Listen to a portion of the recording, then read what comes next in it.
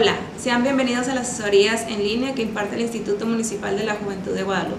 Mi nombre es Perla González y pertenezco a las asesorías de ACEDAP y mi especialidad es Historia. Muy bien, en esta materia de Historia vamos a ver el objetivo e importancia de la historia. ¿Sí? Pues la historia es la ciencia que tiene como objetivo el estudio de sucesos del pasado, tradicionalmente de la humanidad, y como método el propio de las ciencias sociales humanas. La historia estudia los actos del pasado del hombre o evolución humana, y es importante ya que analizando el pasado podemos entender el presente y entender el porqué de la actualidad. Además también nos permite no caer en los errores que han cometido en el pasado y así aprender y mejorar nuestro futuro. La historia es una ciencia necesaria en el proceso de formación del pensamiento analítico, crítico y reflexivo. Es muy importante analizar los sucesos de nuestros antepasados y reflexionar acerca de ello, como habíamos mencionado, para no caer en los mismos errores que se cometieron en el pasado.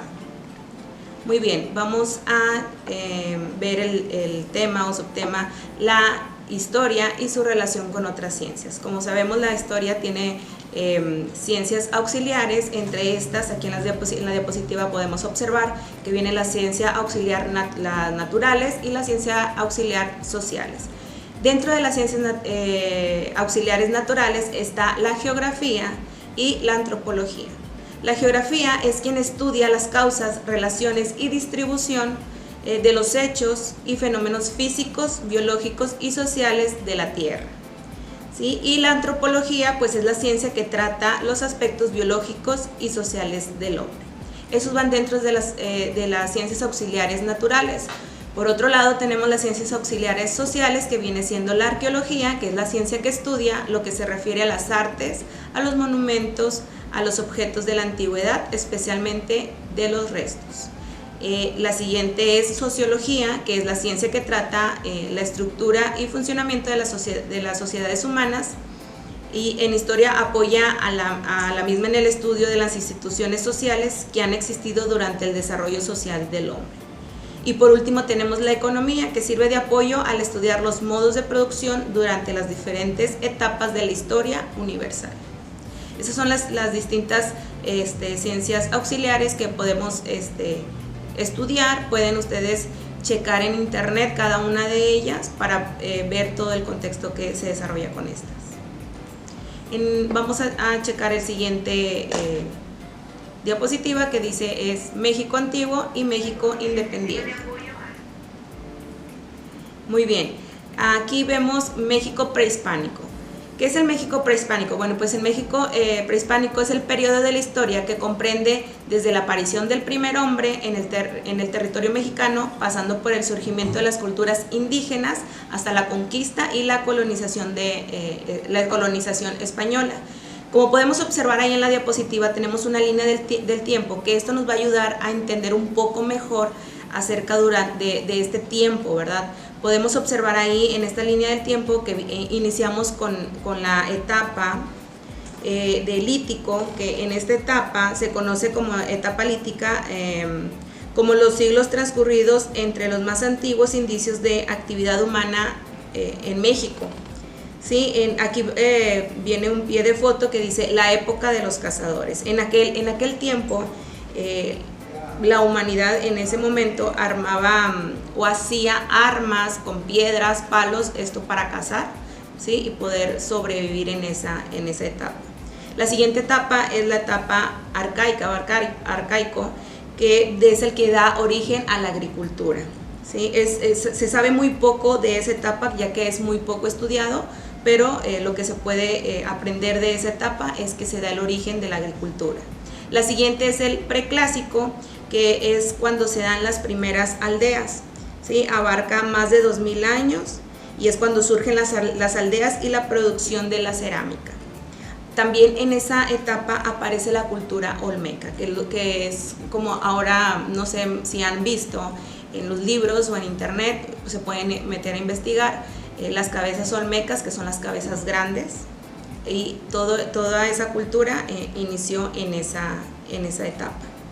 La que sigue es la etapa clásica, que fue caracterizado por el surgimiento de sociedades a lo largo de Mesoamérica, y pues la principal fue Teotihuacán.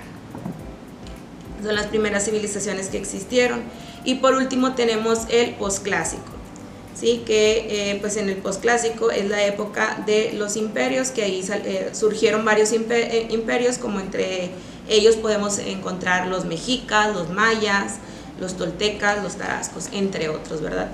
Ustedes pueden meterse a investigar en internet para checar cada uno de ellos y ver más información acerca de eso. Ok, vamos a checar lo que viene siendo la estructura política de la colonia. Como podemos ver en la diapositiva, tenemos una pirámide en la cual el principal o el primordial es el rey. Después del rey sigue el virrey, quien es el representante del rey en la Nueva Española, quien seguía las órdenes del rey. Después del virrey sigue los peninsulares, que eran los que habían nacido en España y pues tenían cargos importantes. Después de los peninsulares seguimos con los criollos, que los criollos controlaban el comercio y la propiedad agraria, todo lo que viene siendo la agricultura. Los mestizos, seguimos con los mestizos, personas nacidas de un español y un indígena, era cuando ya se mezclaban entre los españoles y los indígenas, y pues ellos tenían tareas agrícolas y eran artesanos o soldados. Seguimos con los indígenas, que los indígenas trabajaban en minas y bajo el sol. Y por último, los esclavos, que los esclavos eran los que menos derechos tenían y trabajaban en el campo y tareas domésticas. Esto es la estructura política de la colonia de Nueva España. Entonces ahí podemos observar cómo estaba desde el primordial hasta el último. Muy bien, ahora vamos a pasar al desarrollo del movimiento de independencia, que es un subtema nuevo aquí en esto lo que viene siendo la historia. Y pues el desarrollo del movimiento de independencia inició en 1810 y terminó en el año de 1821. Pues fue la madrugada del 16 de septiembre de 1810 cuando el cura don Miguel Hidalgo y Costilla convocó al pueblo de Dolores Hidalgo, a través del repique de las campanas de la iglesia, a levantarse en armas en contra del dominio de los españoles. ¿Cuál era el objetivo? Bueno, pues el objetivo principal de este movimiento armado y social era el de liberarse del territorio del yugo español, y que en cada rincón de la colonia se olvidaran por completo del concepto de virreinato, ¿sí? Luego de esos 11 largos años, de 1810 a 1821, las revueltas a lo largo de todo el territorio mexicano fueron los principales, o uno de los personajes principales fueron Vicente Guerrero y Agustín de Iturbide, quienes firmaron el plan de Iguala, donde se declaró la independencia de México. En ese plan de Iguala se quería o se pretendía declarar un país soberano e independiente. Entonces, como podemos recordar, en aquel tiempo pues existía la esclavitud y pues el trabajo fuerte, ¿verdad? Entonces, ¿qué era lo que querían ellos? Pues terminar con todo eso lo de aquella época. Muy bien, podemos observar en la siguiente diapositiva quiénes fueron los principales líderes de la independencia. Ahí les puse yo los nombres y un poco de lo que hicieron ellos durante la independencia, pero sería importante que ustedes checaran y analizaran todo el contexto de la historia de la independencia para que también pudieran entender un poco más y en el momento de ese examen puedan contestar más fácilmente sus preguntas. Pero entre algunos de ellos es, por ejemplo, Miguel Hidalgo y Costilla, que fue quien inició la independencia luego de proclamar el Grito de Dolores, y pues murió a causa de este proceso independentista.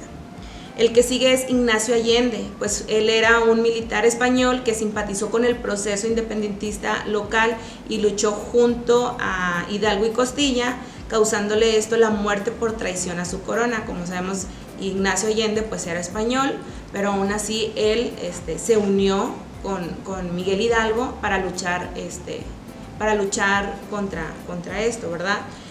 Juan Aldama es el que sigue. Juan Aldama fue un general mexicano que tuvo grandes participantes en distintas batallas a lo largo de la independencia y fue capitán del régimen de caballería y gran religioso que estuvo al mando de varias batallas a lo largo de la independencia de México, y fue quien impulsó la segunda etapa y quien estuvo al mando de todo durante mucho tiempo. Muy bien, continuamos con Vicente Guerrero. Pues Vicente Guerrero fue un político y militar independentista que formó parte de la etapa de la resistencia y además fue quien dio fin al proceso al firmar el Acta de Independencia. El que sigue es Agustín de Iturbide, militar y miembro del ejército realista a lo largo de las principales etapas de la independencia.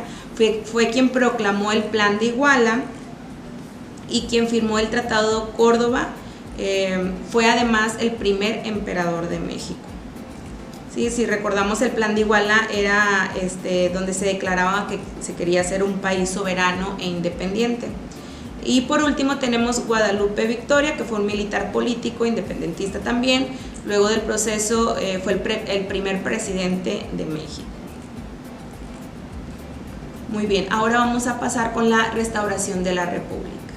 Muy bien, dentro de la restauración de la República dice que después del fusilamiento de Maximiliano de Habsburgo, Benito Juárez regresó victorioso a la capital en el año de 1867.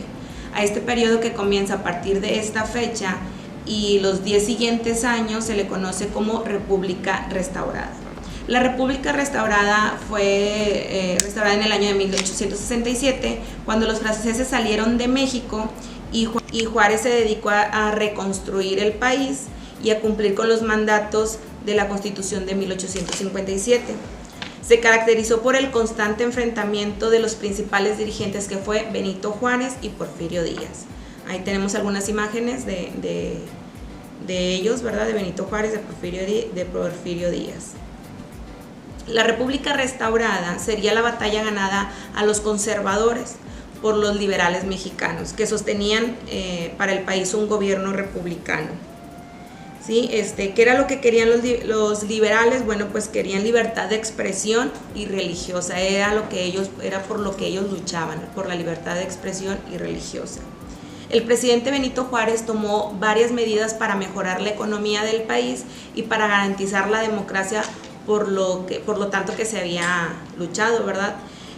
Algunos de estos fueron, por ejemplo, negoció las deudas de México, que tenía México con el extranjero, para que pudieran pagarse de la mejor manera posible. Otra de las acciones que hizo él fue que convocó a las elecciones para que todas las autoridades fueran elegidas por los ciudadanos de acuerdo con la ley. Y otro ejemplo es el de que hizo tratos para mejorar el comercio y que aumentara la inversión de extranjeros en México. Los esfuerzos que realizó el gobierno no fueron suficientes para resolver los problemas económicos y sociales durante años habían afectado a los mexicanos, ya que mucha gente seguía viviendo en la pobreza porque no tenía trabajo y constantemente había levantamientos armados que impedían la recuperación del país. Bueno, pues en la siguiente cápsula vamos a ver los temas de la Revolución Mexicana y el México moderno. De esta manera terminamos esta cápsula didáctica y nos vemos en la próxima. Y recuerda, quédate en casa.